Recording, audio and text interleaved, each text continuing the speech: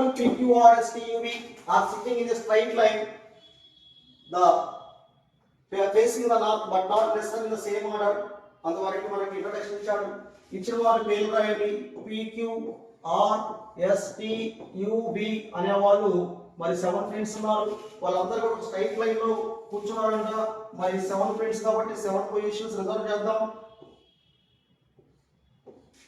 1 2 మొత్తం 7 లైన్లు ఉన్నాయి. తర్వాత V is sitting to the immediate right of Q. V ఎలా ఉన్నాడు? Immediate right of Q. V is sitting to the immediate right of Q and the immediate left of R. Left of R. ముగ్గురు వ్యక్తులు అయిపోయారు. అంటే Q ని place చేసాము, R place చేసాము, అలాగే మరి Q V కూడా ప్లేస్ చేసాము. ముగ్గురు అయిపోయారు. ఇంకెవరు ఉన్నారని నెక్స్ట్ చూద్దాం. P is sitting to the immediate right of R. P ఎలా ఉన్నాడు? Right of R. P అనే వ్యక్తి immediate right of R.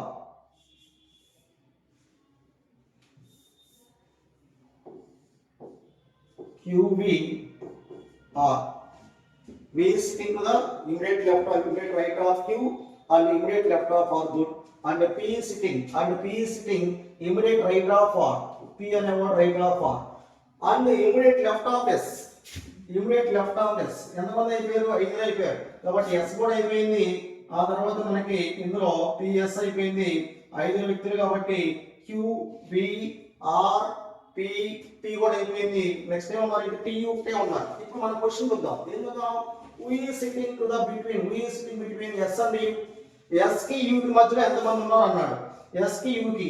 U ఇక్కడ ఎక్కలేదు. ఈ దీంతో మనం పని లేదు. ఈ S ఇంకెన్ని ప్లేస్లు ఉన్నాయి? 2 ప్లేస్లు ఉన్నాయి.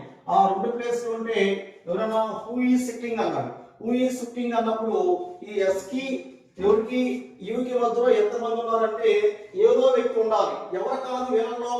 ఎవరు కాదండి?